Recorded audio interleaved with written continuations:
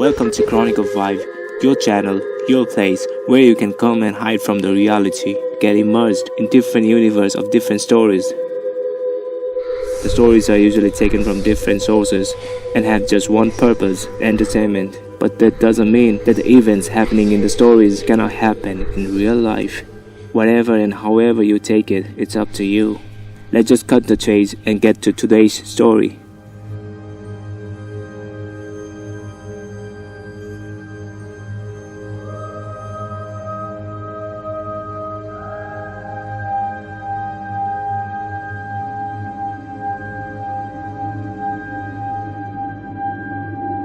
Bedtime, Whitehouse. In the night, bedtime is supposed to be a happy event for a tired child. For me, it was terrifying. While some children might complain about being put to bed before they have finished watching a film or playing their favorite video game, when I was a child, nighttime was something to truly fear. Somewhere in the back of my mind, it still is. As someone who is trained in the sciences, I cannot prove that what happened to me was objectively real, but I can swear that what I experienced was genuine horror. A fear which in my life, I'm glad to say, has never been equaled. I will relate to you all now as best as I can. Make of it what you will, but I'll be glad just to get it off my chest. I can't remember exactly when it started, but my apprehension towards falling asleep seemed to correspond with my being moved into a room of my own. I was 8 years old at the time, and until then I had shared a room quite happily with my older brother. As is perfectly understandable for a boy 5 years my senior, my brother eventually wished for a room of his own, and as a result, I was given the room at the back of my house. It was small, narrow, yet oddly elongated room, large enough for a bed and a couple of chests of drawers, but not much else. I couldn't really complain because even at that age, I understood that we did not have a large house and I had no real cause to be disappointed, as my family was both loving and caring. It was a happy childhood during the day. A solitary window looked out onto our back garden. Nothing out of the ordinary, but even during the day, the light which crept into that room seemed almost hesitant. As my brother was given a new bed, I was given the bunk beds that we used to share. While I was upset about sleeping on my own, I was excited at the thought of being able to sleep in the top bunk, which seemed far more adventurous to me.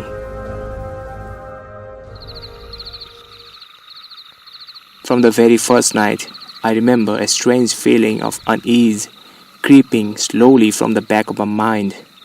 I lay on top bunk, staring down at my action figures and cars strewn across the green-blue carpet. As imaginary battles and adventures took places between the toys on the floor, I couldn't help but feel that my eyes were being slowly drawn towards the bottom bunk, as if something was moving in the corner of my eye. Something which did not wish to be seen. The bunk was empty, impeccably made with dark blue blanket, tucked in neatly, partially covering two rather bland white pillows. I didn't think anything of it at the time.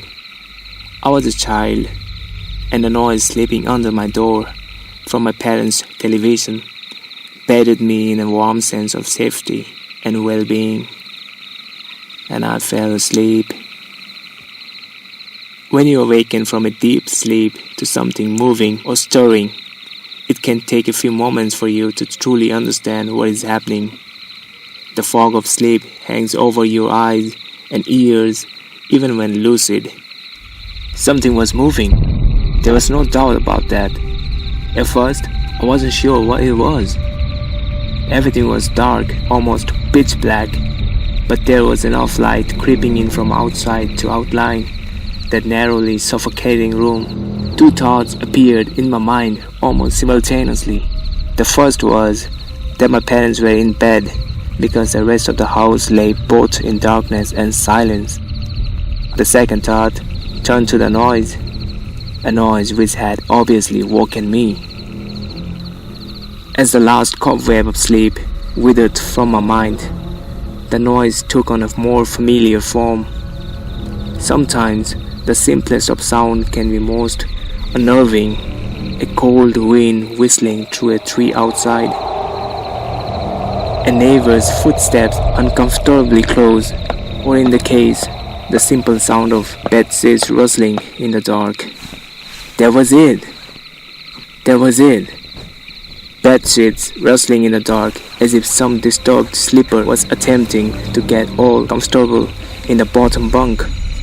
I lay there in disbelief, thinking that the noise was either my imagination, or perhaps just my pet cat finding somewhere comfortably to spend the night.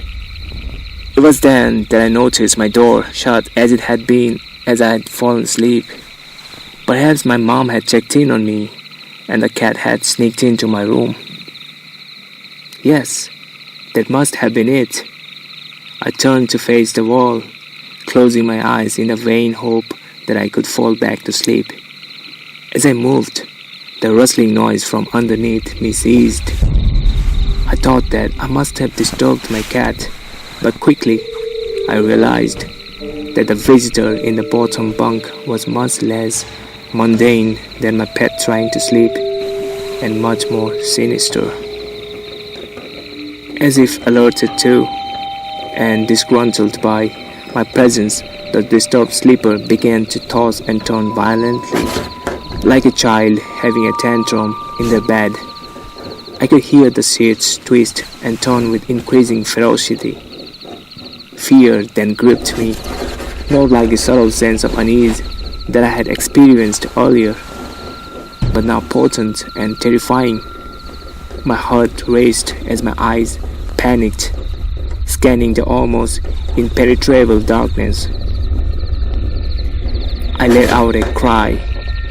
As most young boys do, I instinctively shouted on my mother.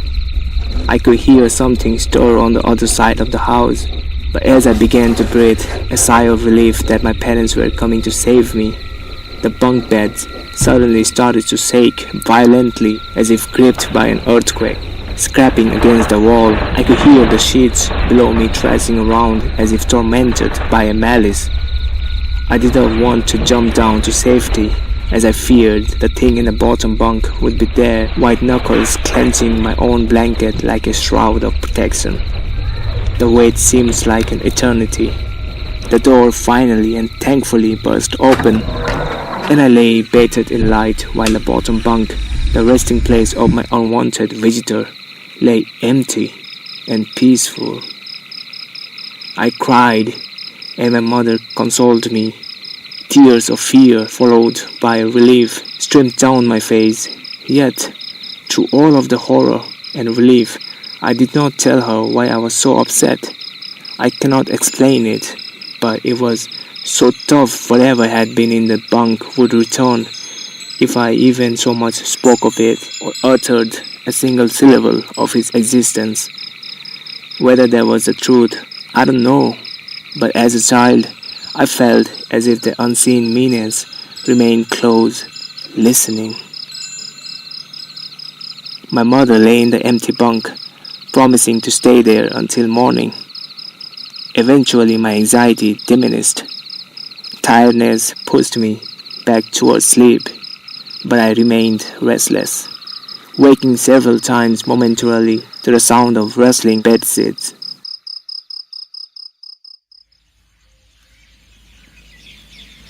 I remember the next day wanting to go anywhere, be anywhere, but in that narrow, suffocating room. It was a Saturday, and I played outside quite happily with my friends. Although our house was not large, we were lucky to have a long, sloping garden in the back. We played there often, as much of it was overgrown and we could hide in the bushes, climb in the huge sycamore tree which towered above all else, and easily imagine ourselves in the throes of a grand adventure in some untamed, exotic land. As fun as it all was, occasionally my eye would turn to that small window, ordinary, slight, and innocuous. But for me, that thin boundary was a looking glass into a strange, cold pocket of dread. Outside, the lush green surroundings of the garden, filled with the smiling faces of my friends, could not extinguish the creeping feeling clawing its way up my spine, each hair standing on end. The feeling of something in that room, watching me play, waiting for the night when I would be alone, eagerly filled with hate. It may sound strange to you, but by the time parents ushered me back into their room for the night, I said nothing. I did not protest. I didn't even make an excuse as to why I couldn't sleep there. I simply and sullenly walked into the room, climbed a few steps into the top bunk, and then waited. As an adult, I would be telling everyone about my experience, but even at that age, I felt almost silly to be talking about something which I really had no evidence for. I would be lying. However, if I said this was my primary reason, I still felt this thing would be enraged if I so much as spoke of it. It's funny how certain words can remain hidden from your mind, no matter how blatant or obvious they are.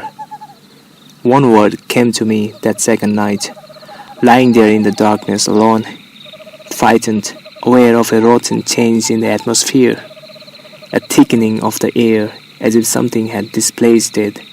As I heard the first casual twist of the bed sheets below, the first anxious increase of the heartbeat, and the realization that something was once again in the bottom bunk. That word, a word which had been sent into exile, filtered up through my consciousness, breaking free of all repression, gasping for air, screaming, etching, and carving itself into my mind. Ghost. As this thought came to me, I noticed that my unwelcome visitor had ceased moving. The bedsheets lay calm and dormant, but they had been replaced by something far more hideous. A slow, rhythmic, rasping breath heaved and escaped from this thing below. I could imagine its chest rising and falling with each shorted, wheezing, and graveled breath. I shuddered and hoped beyond all hope that it would leave without occurrence. The house lay, as it had the previous night, in the thick blanket of darkness. Silence prevailed, all but for the perverted breath of my as yet unseen bunkmate. I lay there terrified. I just wanted these things to go, to leave me alone. What did it want? Then something unmistakably chilling transpired. It moved. It moved in a way different from before. When it threw itself around in the bottom bunk, it seemed unrestrained, without purpose, almost animalistic. This movement, however, was driven by awareness, with purpose, with a goal in mind for that thing lying there in the darkness, that thing which seemed intent on terrorizing a young boy, calmly and nonchalantly sat up. Its labored breathing had become louder, as now only a mattress and a few flimsy wooden slats separated my body from the unearthly breath below. I lay there, my eyes filled with tears, a fear which mere words cannot relate to you or anyone else coursed through my veins. I would not have believed that this fear could have been heightened. But I was so wrong. I imagined what this thing would look like, sitting there listening from below my mattress, hoping to catch the slightest hint that I was awake. Imagination then turned to an unnerving reality. It began to touch the wooden sledge which my mattress sat on. It seemed to caress them carefully, running what I imagined to be fingers and hand across the surface of the wood. Then, with great force, it prodded angrily between two slats into the mattress. Even through the padding, it felt as though someone had viciously struck their fingers into my side. I let out an almighty cry, and the wheezing, shaking, and moving thing in the bunk below replied in kind by violently vibrating the bunk as it had done the night before. Small flakes of paint powdered onto my blanket from the wall as a frame on the bed scraped along it, backwards and forwards.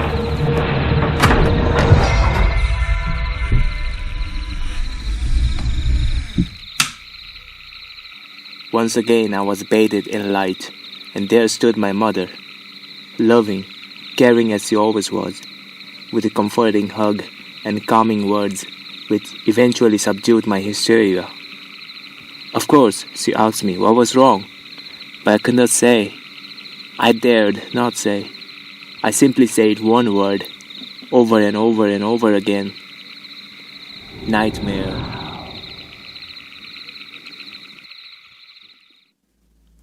Bedtime by Whitehouse.